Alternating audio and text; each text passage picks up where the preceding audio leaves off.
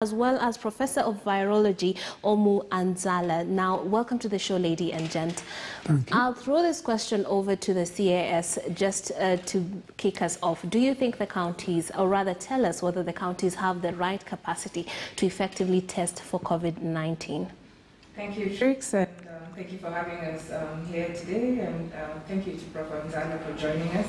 That's perhaps is the biggest question right now. Do counties have the capacity that is needed for testing? And the answer is perhaps, does the country have the capacity for testing? And what I'd say right now is yes, we do have capacity in terms of being able to run up to almost 37,000 tests daily in terms of the labs that we've set up in the national grid work for testing. So yes, the capacity is there, but perhaps through this discussion today we'll be able to dig a little bit deeper to understand what it means to be able to turn out 37,000 tests every day. Okay, and I do believe that with that, then we'd have to make it clear as to where, because I think there needs to be some awareness as to which facility to turn to when you have certain symptoms, or you know, or which facility to redirect, you know, your patients if they are presenting certain symptoms. Now, I'll go over to you, Professor. When we talk about the capacity of testing, where do you think we are, and what would be ideal in this country?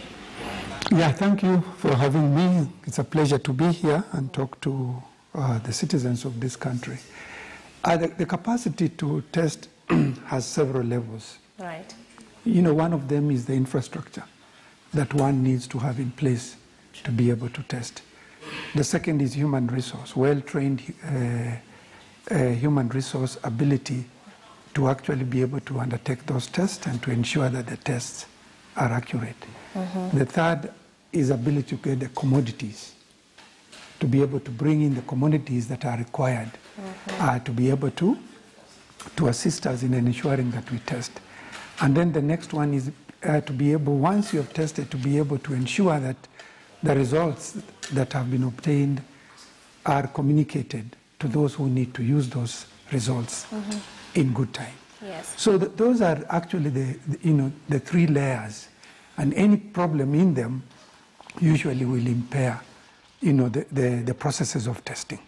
Yes. Now, one thing that has been quite well documented is the fact that people are now turning away from hospitals because they are afraid that these hospitals are now turning into petri dishes of this virus. Now, what do you make as a professor of, or an expert in virology? This is not something that is wild. It is actually something that could be facts that hospitals could turn into areas where people get infected. We have seen that even happening with Ebola in other parts of Africa. So when you look at COVID-19, how can we deal with this particular situation whereby people now are just not going to hospitals?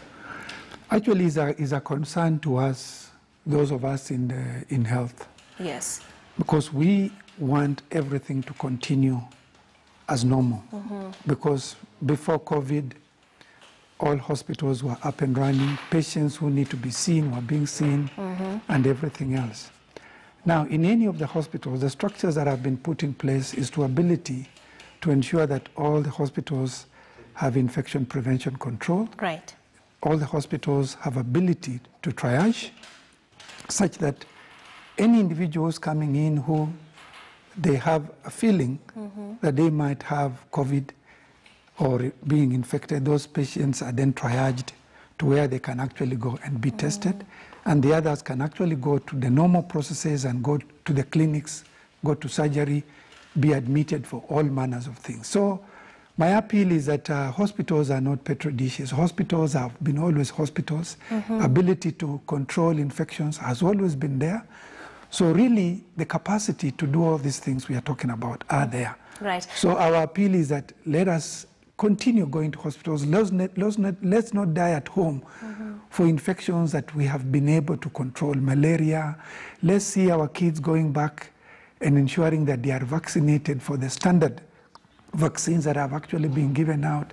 Let us see that people who have hypertension, diabetes, you know, renal diseases are visiting clinics to be able to be managed, because that fear is unjustified. Absolutely. Yes. Dr. Mwangangi, we were talking about the fear of hospitals right now and having women even not going for the maternal checks because they do not want to get COVID-19. While on the flip side, when you look through social media, people have documented their experiences where they tell of situations where a patient went there and they were disheartened because even the medics themselves were not very sure about testing them because they felt like this person has that. So that virus. So it points also to the availability of PPE kits and, you know, all the requirements to handle that disease or the virus, the condition caused by the virus safely. What would you say to those sorts of narratives? Thank you, Trix. Let me dial back a little bit to the testing issue because the two are related when it comes to PPEs. For sure. And just to, you know, invite us all to work on a journey of how we started and how we are where we are today as a country.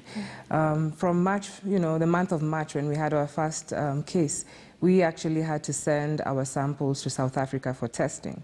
And literally within a week, we were able to set up, you know, a week or two, we were able to set up 2 laboratories, the NIC lab here in Nairobi and the KEMRI lab to initiate testing. And we've expanded this to date. You know, I was getting my brief yesterday. We have about 30 labs now, all within the grid work of KEMRI and other associated CDC labs who are doing testing. And what we've noticed is that when we look at the capacity of the machines, and I like that Prof. Nzala has been able to clearly articulate what it takes to actually be able to do a test. It doesn't matter if you have the machines. You need to have the machines and you need to have the human resources and the testing kits, but also very importantly, and perhaps Trix, this is why you've come across some of those stories in social media. You need to have the proper logistics system to be able to actually run those tests, to be able to get the samples from across the country, bring them up to a lab and have them run. Now, what has been happening is that as we do all this, we're dealing with a disease that is infectious, we're dealing with a pandemic, so it also becomes important to ensure that our, you know, lab technicians, our rapid response teams, you know, do have the correct protective gear, the PPEs, for them to be able to take the test, to take the sample, to be able to transport it adequately, and to be able to initiate the testing. Now, there's an important question that you'd raised earlier, and I really want to link the two with seeking healthcare services. Are people getting turned away for tests? And I think this perhaps is an issue that we would require to clarify as government and to explain what our current approach is. Now, when we've done our projections and when we've looked at our data, when we've looked at international supply chain data, when we've looked at the resources we have in country and also compared ourselves with different countries across the world, it becomes almost clear to us that we may never really have the adequate number of tests in country, and that the idea and the approach needs to change from, you know, having an inordinate number of tests to having, you know, rational testing, having an approach that is rational, that is more geared, you know, and you're not just testing to test, but you're testing for a purpose. And perhaps some of the experiences that Kenyans have had is that, you know, you may be at home and you may think, let me, you know, walk into a laboratory, walk into KEMRI, walk into Kenyatta for a test. That is no longer happening. We have stopped walk-ins because we are reconfiguring our approach. Reconfiguring our approach with the current data that we have, with the current realization that we have, in fact, even with the current advice that we have from Africa CDC and WHO, that countries need to relook at their testing strategies and need to deploy strategies that are rational and that have an end game. And I think today, perhaps as we continue, I'll be able to expound further then on what this new testing strategy is. Absolutely. But back to PPEs, sorry Trish, back to PPEs. What I can say and what I can confirm is that we are confident now that hospitals do have the requisite PPEs that they need.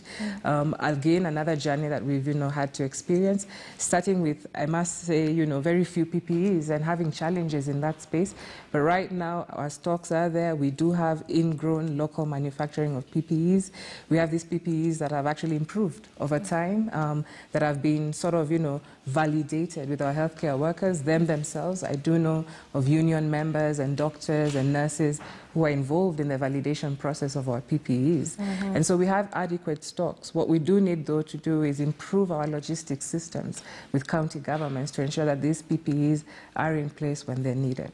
Okay, now I'd like to jump onto the issue of the price. You know, Medicare already in the country is quite expensive, particularly for those living below the poverty line. The cost of a single test ranges between 5,000 and 12,000, making them largely inaccessible because people cannot just afford, because would you think of your next meal or this expensive test? And if you are asymptomatic, then why bother? So I'll pose this one to the professor. Why are they this expensive, and how do we deal with this particular conundrum? Thank you for the question. Now, you know, the position is that that the current testing, the standard that we have now, the molecular test, yes, is quite a technical test. It's fairly new, and also the whole issue that the commodities are required across the globe, and hence the expense. But on the other side, cost notwithstanding, just like what Dr. Mercy Mwangangi has said, we must test for a reason. We are actually trying to tell everyone there is no need for you to walk into a hospital and ask for a COVID test. The natural history of this infection tells us that there is nothing like a COVID status. Yes, there is nothing like a COVID status. Yeah, I hear that term, and I just want to advise citizens that a negative test, what does a negative test mean? And what does a positive test mean? A negative test means that at that point in time, when that particular sample was taken, they could not detect virus. But because of the nature of infectiousness, 6 hours later, 8 hours later, because of how the infection is going on and because of contacts, you could as well get positive. And that's why when I hear the issue that there's a COVID status, there's nothing like a COVID status. And hence the discussion about a strategy, a new testing strategy. So at what point does it become important to know whether you have the virus or not? It becomes important in this way.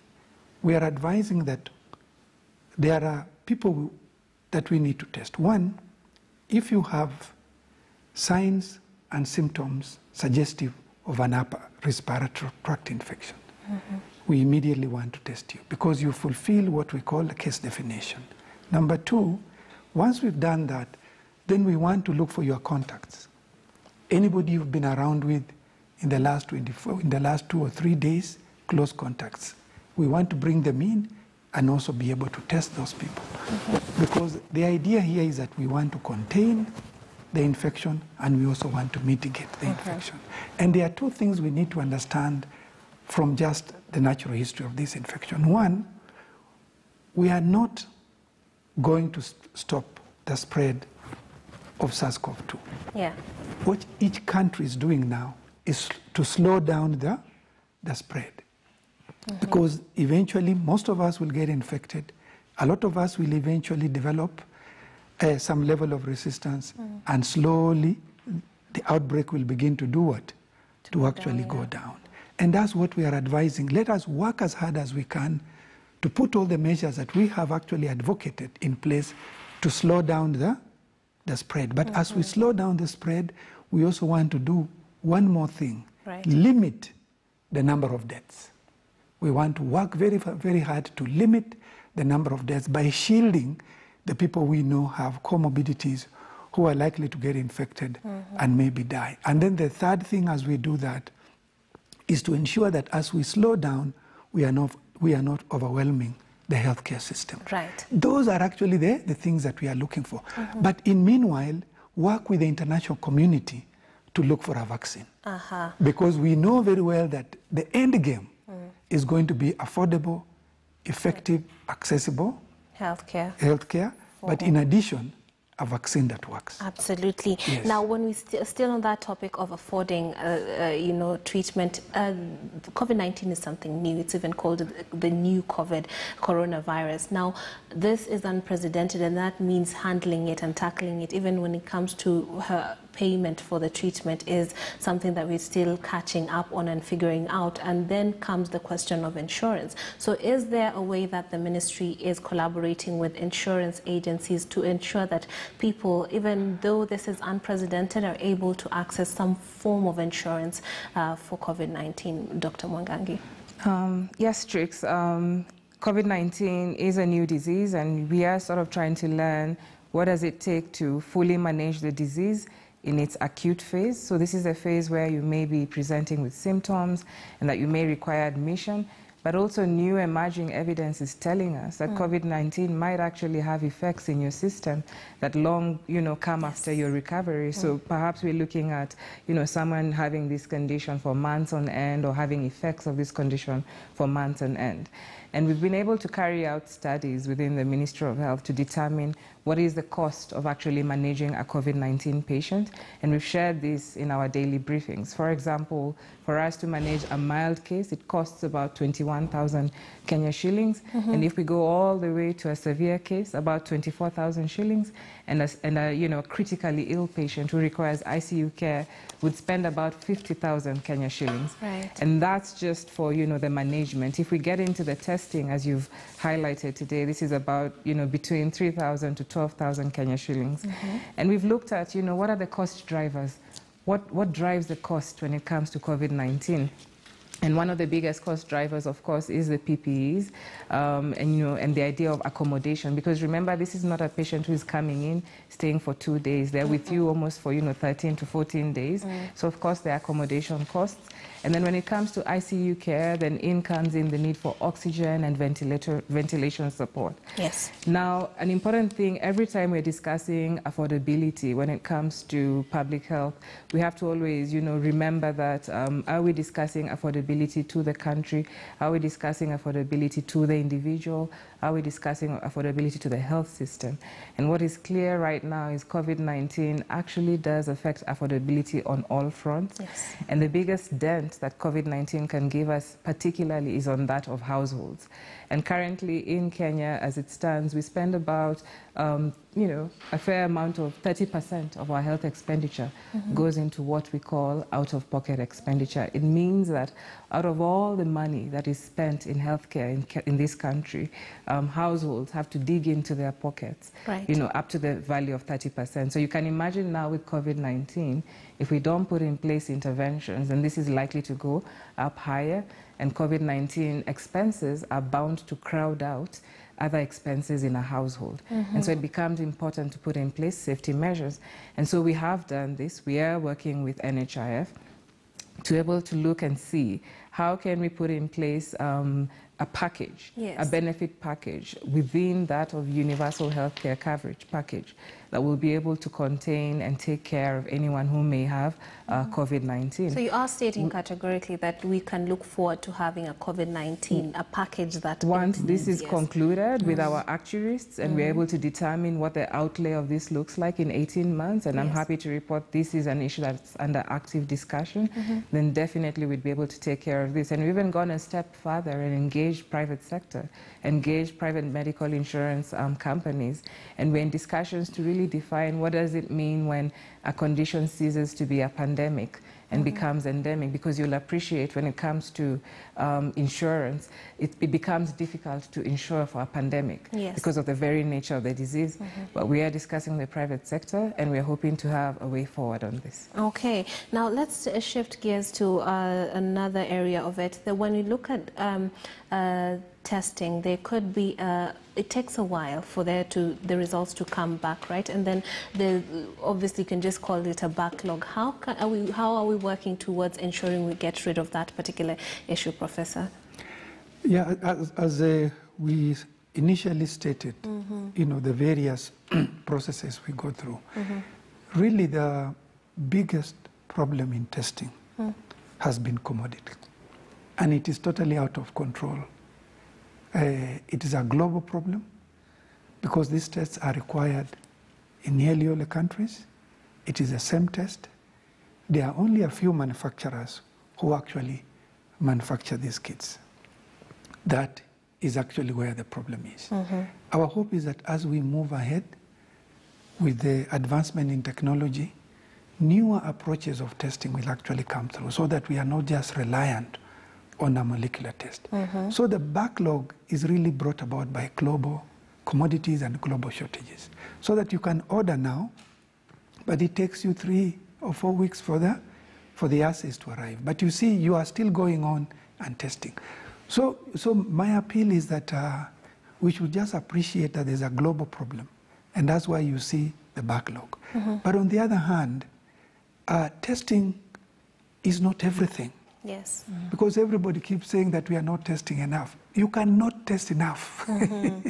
All right? We have to be strategic so that we test and test in a way that it will actually enhance the containment and mitigation of this outbreak. And that's really what we want to bring forth. We will never test enough. There is no country that actually has tested enough. All right. Now, speaking of other countries and comparison, I'll pose this one to you, Dr. Mwangangi. When you look at South Africa, they really did prioritize mass testing and were going to the far-flung areas and the ghettos, if you may call them that, to really test and call out to people. But that is not the approach you're having in the country, as you have elaborated earlier on. How then can we rely on the statistics that are coming out? We're told we are having 13,000 plus. Who's to say we're not at 30,000? Right. So, Trix, thank you. I've actually taken a lot of time to study, what South Africa has been doing. Yes. And of course, our technical teams in the ministry are also looking at different other countries and approaches. And it becomes important for people to understand that sometimes, what you may see in the media in terms of, South Africa has reached the 100,000 target. There's a lot behind there that you'd need to understand. South Africa was actually able to employ a very elaborate HIV network system that they've had in terms of investments. So when COVID struck, what South Africa did is that they quickly piggybacked on their very elaborate, very intricate, and actually surprisingly highly private sector-driven testing mechanism. So testing in South Africa, it would be interesting to note most of the tests were actually being churned out by the more than 60% private sector laboratories that are in South Africa. And so it's a little bit of a different dynamic, South Africa and Kenya, where we are. And what that would mean would be to say that, you're looking at, the Aga Khans and Nairobi hospitals, the Lancets, driving the testing, as opposed to what is happening in Kenya, where testing is primarily public sector-led, as opposed to private sector-led. And so, of course, there have been distinctions and variations. That being said, I do like what Prof has said, that you can never really test enough. No country, including the superpowers like America or China, have been able to reach everyone. But then, the mere fact that no country has reached anyone means that then we need to decide then what is a prudent way to move forward. And I think one of the things that perhaps we have needed to articulate more clearly, and we are hoping that today we shall be able to articulate, is that we need to look at the current gold standard of testing, which is that molecular testing, the PCR testing. And to recognize that to continue to run PCR testing will come at a cost. It's very expensive. It requires a lot of inputs to be able to put it all together and run a successful test. And normally what happens in epidemiology or in public health, you probably would like to have a pre-screening form of test, a test that does pre-screening, and then from the pre-screening results, you're then able to elevate into a higher level of testing. And this is what Professor is alluding to.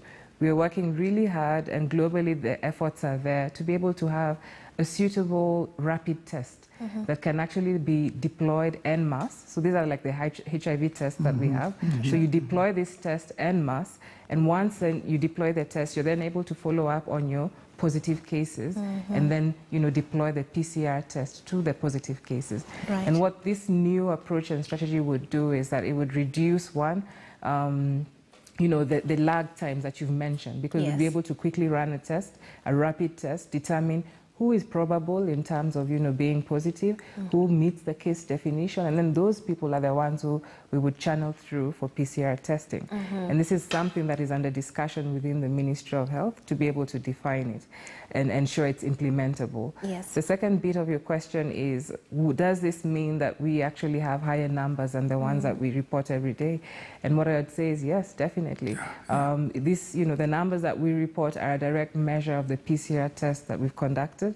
And of course, because you're not, running en masse testing, then of course you wouldn't be able to, pick all the numbers within the country. And I think in the last 2 weeks, we were able to release a study that was commissioned by the Ministry of Health. This is a study on looking at the prevalence of antibodies in Kenyans, and I think we also the headlines that 2.5 million Kenyans might have, come into contact with COVID-19. And while appreciating the limitations of this study, I think we're in consensus at the ministry that the cases are definitely much more than what we are seeing when we report our daily, positives from our PCR testing. Okay. And Trix, that's why it becomes important, really to inform Kenyans. It's no longer about testing. We are at a different phase of this pandemic. We are at a different phase, having escalated to the third phase of the pandemic. And so all our approaches now are going to be a little bit different. We started with test, isolate and trace and, and contact trace, but that mantra now needs to change and it needs to adapt to the current situation. Okay, and on that note, we're going to take a short break, but remember you can be a part of this conversation by answering the questions. Do you think the counties have the capacity to effectively test for COVID-19? Have you seen anything that is concerning at your county? And tell us what you have experienced, what you think, and now we'll be making that a part of the conversation. I'm at Trix Ingado. The hashtag to use is KTN Morning Express. See you on the other side.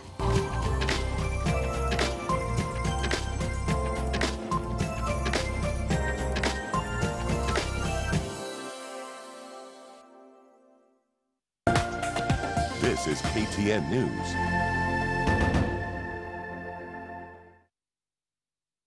When it comes to information on agribusiness, there's only one place to get it all. Farm Kenya Digital, the largest farming and agribusiness platform in Kenya, has been made available online to everyone, along with the educational content as well as tips and tricks of the trade by professionals and agribusiness enthusiasts alike. Get set up for 1. Alerts on marketing, input, weather and policy information. 2. Instructional materials on good agricultural practices. 3. Event alerts and invites from Farm Kenya and partners. 4. Latest news in agriculture from across the country. And 5. Direct feedback from a pool of experts on queries. No matter where you are, getting all the useful information is as easy as visiting farmers.co.ke. Sign up and make that online connection the base of your on-ground success. Farm Kenya, working to secure your growth. Kuimarisha Kenya ni jukumu la Farm Kenya.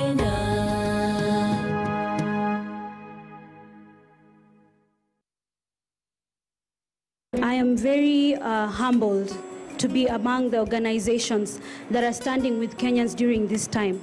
I think you can all agree that us organizations who are in business, we really get a lot of support from our consumers.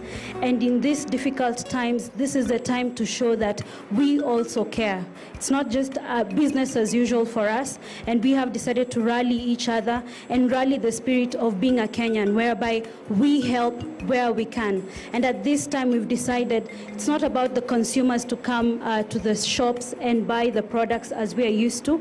We remember that there are those who are less fortunate, and we want to go back and be able to provide what they might need during this time. Any organizations wishing to make donations, get in touch with the Stand With Kenya team through standwithkenya@standardmedia.co.ke.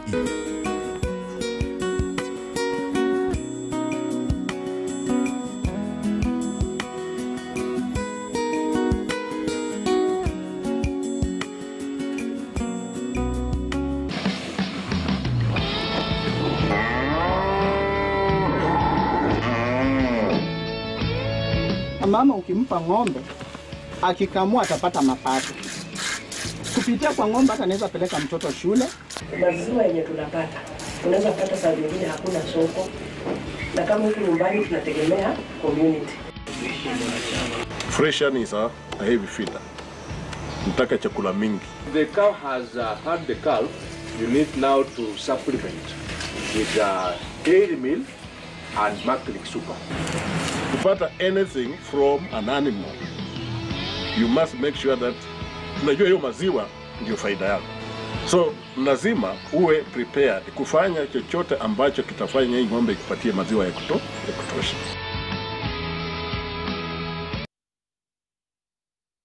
We value your feedback and welcome any comments, queries, or complaints regarding our news content.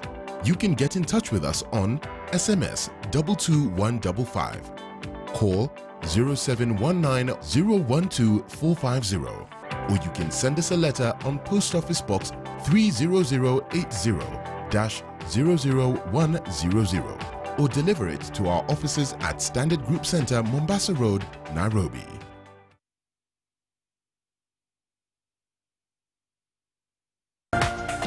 This is KTN News.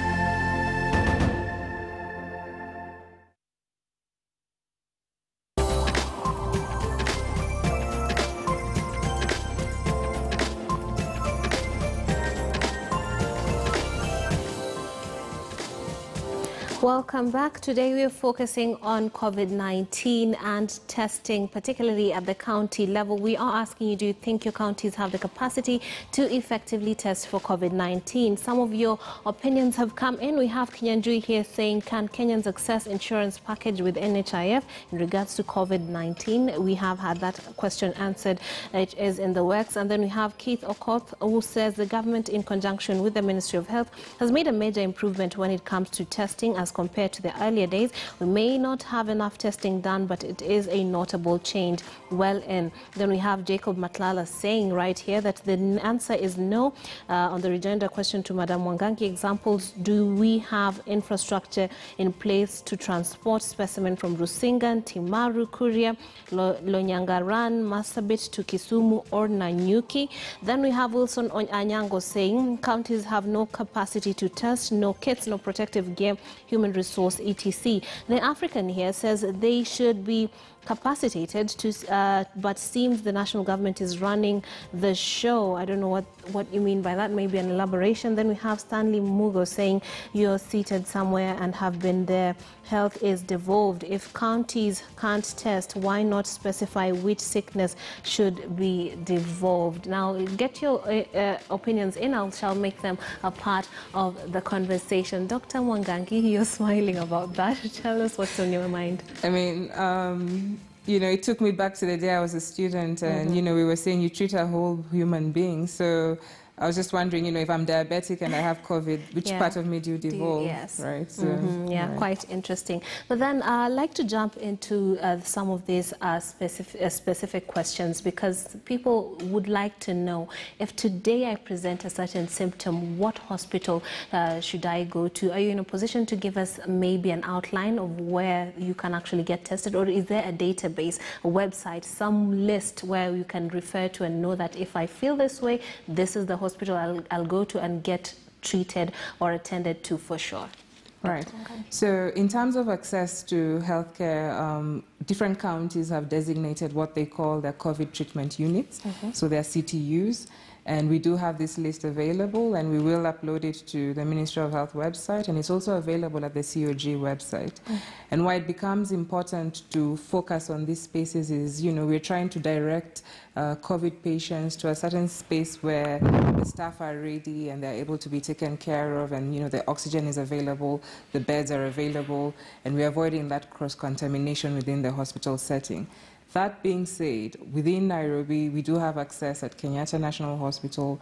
We have KU working as that. We know Mbagathi is our, you know, designated COVID treatment unit. And of course, we have the private sector hospitals, Aga Khan, Coptic, Nairobi Hospital, who have been assessed and have been found to be able to offer this service. I think the important question becomes that should you feel, you know, should you have that symptom that's presenting and that you have that case definition, you know, you're having the fever, you're having the cough, you're having difficulty in breathing, particularly that is important because we've seen some patients, you know, stay at home when they're having difficulty in breathing.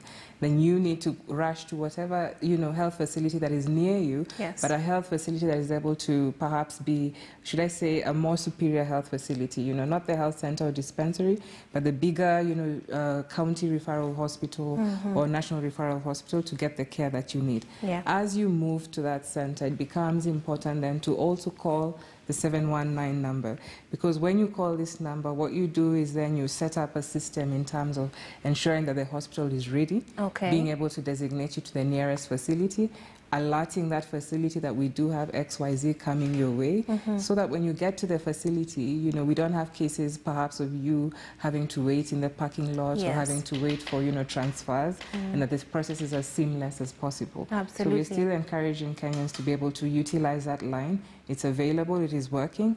I'm well aware we do have a set number of medical officers who are sitting, waiting to receive your calls. And you're calling ahead so that they can actually prepare, not to stay away from you and not get the infection. Now, when you look at COVID-19, the infections sometimes exacerbate pre-existing conditions. So when you're having this particular symptoms, sometimes I think it's a matter of prioritization. Let's say this individual had high blood pressure before, or even pneumonia itself, not COVID-induced pneumonia. So what is the protocol for dealing with that particular patient? Because these diseases, these conditions could kill, even if it's not COVID-19 killing you. So what is the protocol? How should medics prioritize this? And how has this been made clear to the hospitals on the ground?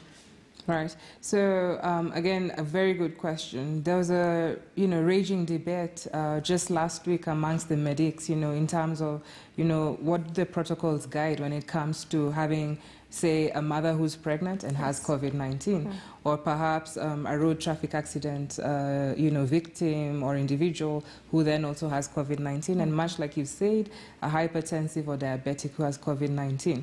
And the good thing is that our protocols and guidelines have been able to, itemize and outline what would be the priority care that you would be giving to the patients. And through training, as medics, we're well aware of, how to be able to manage whatever a patient presents with, whatever is most, should I say, priority or life-threatening, to be able to take care of that condition. But then there's an element really, and not to sound repetitive, but there is a clear element of personal responsibility when it comes to managing COVID-19. And we've really made, incessant pleas to people who may be diabetic, hypertensive, patients who may have chronic obstructive pulmonary disease, people who are smokers, people who may be battling alcoholism. All these are people who are very vulnerable right now when it comes to COVID-19. And it becomes then important to ensure that you're on your medication, that you're tracking your sugars, that you're tracking your BP, and that, you're ensuring that you're doing your part as a citizen, you're doing your part for your own person to ensure that you're in a good space. Should you be able to, get in touch or, get transmission for COVID-19. On the hospital front, I must say people are ready. People do know how to manage patients. Much like COVID-19 is, I don't want to, belittle it, but it is like any other disease in terms of, the medical fraternity. We are able to manage pneumonias, viral pneumonias. There have been many before COVID-19, and there will be more after COVID-19. And so the medics are ready in terms of the knowledge base and the know-how in terms of how to manage the patients. Okay. Now, Professor Nzala, we are told in West Africa, in Senegal, that they have come up with their own testing kit, and seemingly it's working for them. Why can't Kenya do the same? And even then, why can't we adopt what they have come up with at their own local capacity? Could you tell us, shed some light on that, please? Yeah, it is true. Senegal is in the process of developing a slightly different SARS-CoV testing assay. This is a test where they are interested in looking at the antigen. The antigen adjusts the proteins of the virus itself. That is one test. And they are also developing a test that will look at serology, look at antibodies. So they are actually in the process of bringing together those two tests. Those two tests have not really come up into the market. They are still going on through the process of validation. So they are tests that all of us will definitely be interested in terms that if they work, they will be easier, they will also be cheaper. But you see, Senegal has been collaborating with one of the universities in the UK, in Oxford, in terms of looking at this kind of developing different kind of assays. So it is not something they just stumbled on or started. So for us, really, the idea is that we should also think strategically, think differently. COVID has presented a lot of issues, a lot of challenges, but there are also a lot of opportunities. What has been lacking in our country is actually strategic, focused local funding. Okay. Yeah, strategic, focused local funding. We have the National Research Fund at the Ministry of Education, but I must say that the National Research Fund is not working to full capacity. So that most of us who are researchers like myself, our funding is always from outside. And when your funding is from outside, then you really must adhere, you know, to the what